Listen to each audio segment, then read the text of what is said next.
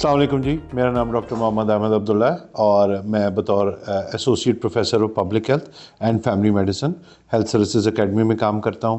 और आज आप दोस्तों से मुझे बात करने का कहा गया है डायबिटी के ऊपर। डायबिटी दो अल्फाज का मुरक्कब है, डायबिटीज़ और ओबेसिटी।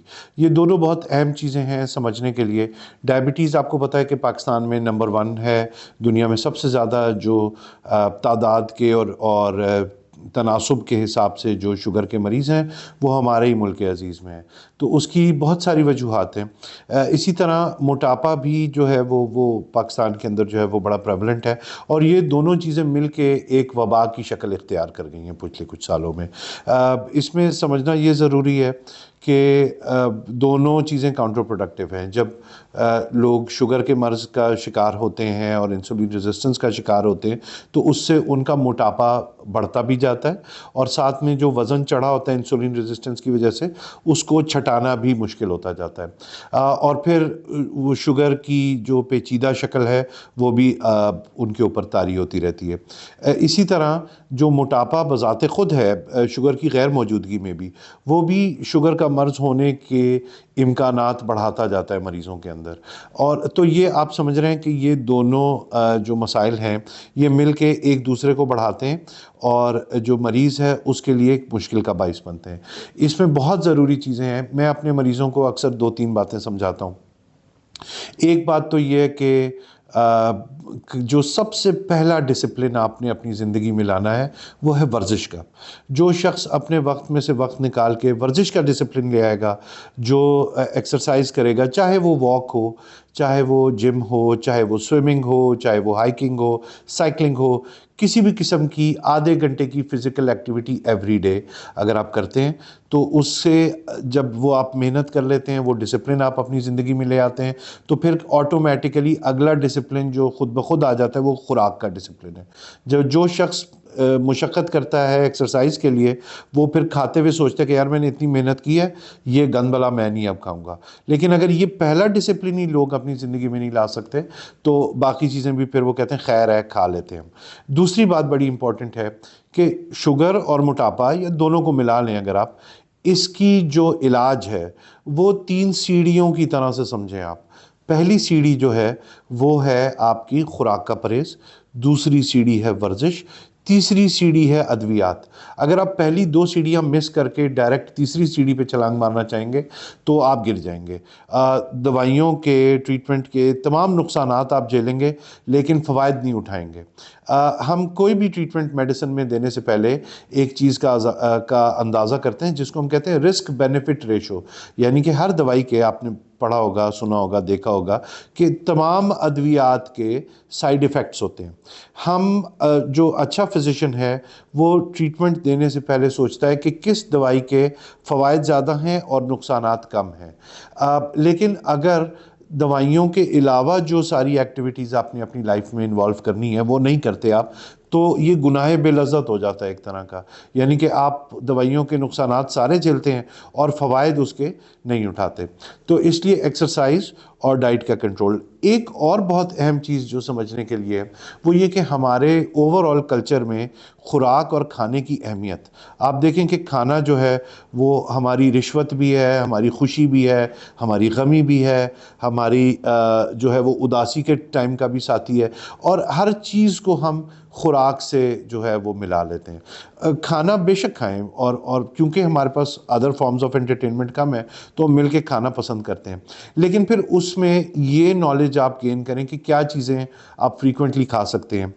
एजिंग के साथ जैसे जैसे हमारी उम्र बढ़ रही होती है, सबसे इम्पॉर्टेंट जो इंटरनेशनली रिसर्च के थ्रू साबित हुआ है, सबसे इम्पॉर्टेंट एलिमेंट जो अच्छी एजिंग का है, जो उम्र बढ़ने के साथ आपकी लंबी और कारआमद ज़िंदगी गुजारने के लिए है, वो है आपका मसल मास। अब 30 साल की उम्र के बाद हम हर साल 1% मसल मास लूज़ कर रहे होते हैं।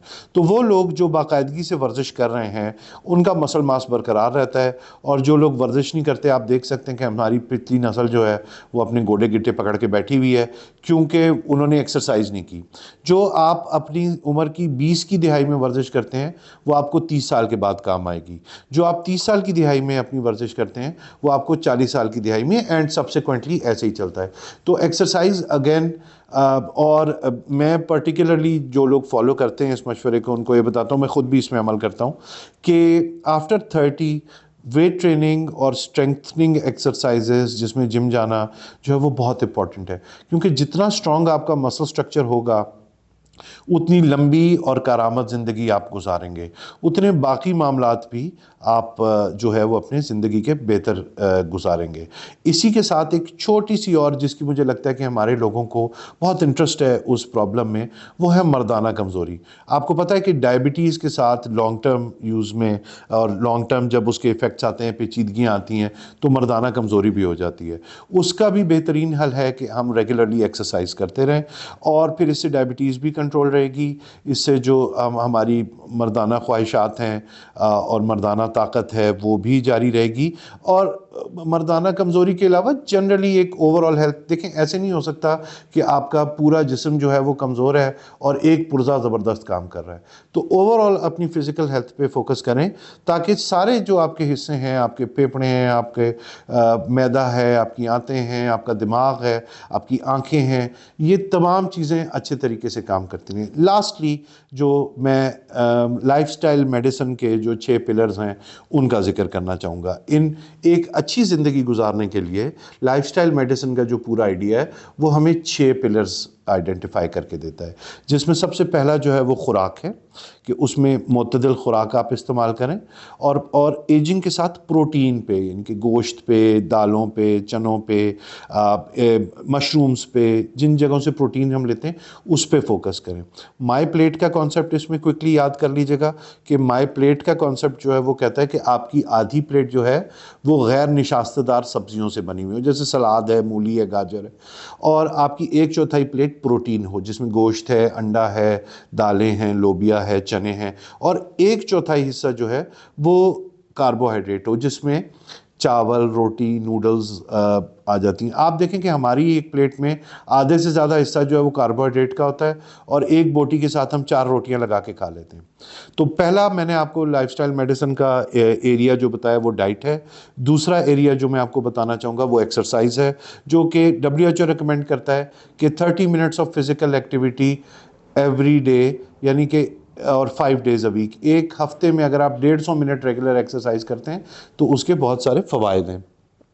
तीसरा जो है वो है स्लीप, नींद के रोज़ाना, और स्पेशली रात की नींद 6 से 8 घंटे आपकी ओवरऑल हेल्थ को बहुत इंप्रूव करते हैं। और साउंड स्लीप ऑब्वियसली, जब आपकी डाइट अच्छी होगी, जब आप लेट नाइट बिंज ईटिंग नहीं करेंगे, जब आप एक्सरसाइज करेंगे, तो आपकी नींद भी इन्हीं चीज़ों के साथ ऑटोमेटिकली ठीक हो जाएगी। तीसरी चीज़ जो है वो है आपके रिलेशनशिप्स और इंटीमेसी। चौथी चीज़ है यानी कि ताल्लुकात, और आपस में जो है हमें एक दूसरे के कामों में टांग अड़ाने का भी बहुत शौक है। तो जब हम अपने काम से काम रखते हैं और अपनी बेहतरी पे फोकस करते हैं तो सब लोग इस हिसाब से खुश रहते हैं और एक मुतवाज़िन ज़िंदगी गुजार पाते हैं। तो रिलेशनशिप्स में भी ये भी समझें कि जितना भी आपका किसी से करीबी रिलेशनशिप हो, हर शख्स को एक पर्सनल स्पेस उसका हक है। तो आपके बच्चे हों, आपकी बीवी हो, आपके शौहर हों, आपकी सास हों, सब लोगों को अपनी अपनी पर्सनल स्पेसेस का अंदाज़ा करके और उन्हीं के अंदर रहना चाहिए। अगला पॉइंट जो है वो है सब्सटेंस अब्यूज़, यानी कि नशे की चीज़ें और सिगरेट और इससे भी रिलेटेड जो चीज़ें, तो इनसे बचाव भी बहुत इंपॉर्टेंट है एक अच्छी लाइफस्टाइल को गुजारने के लिए।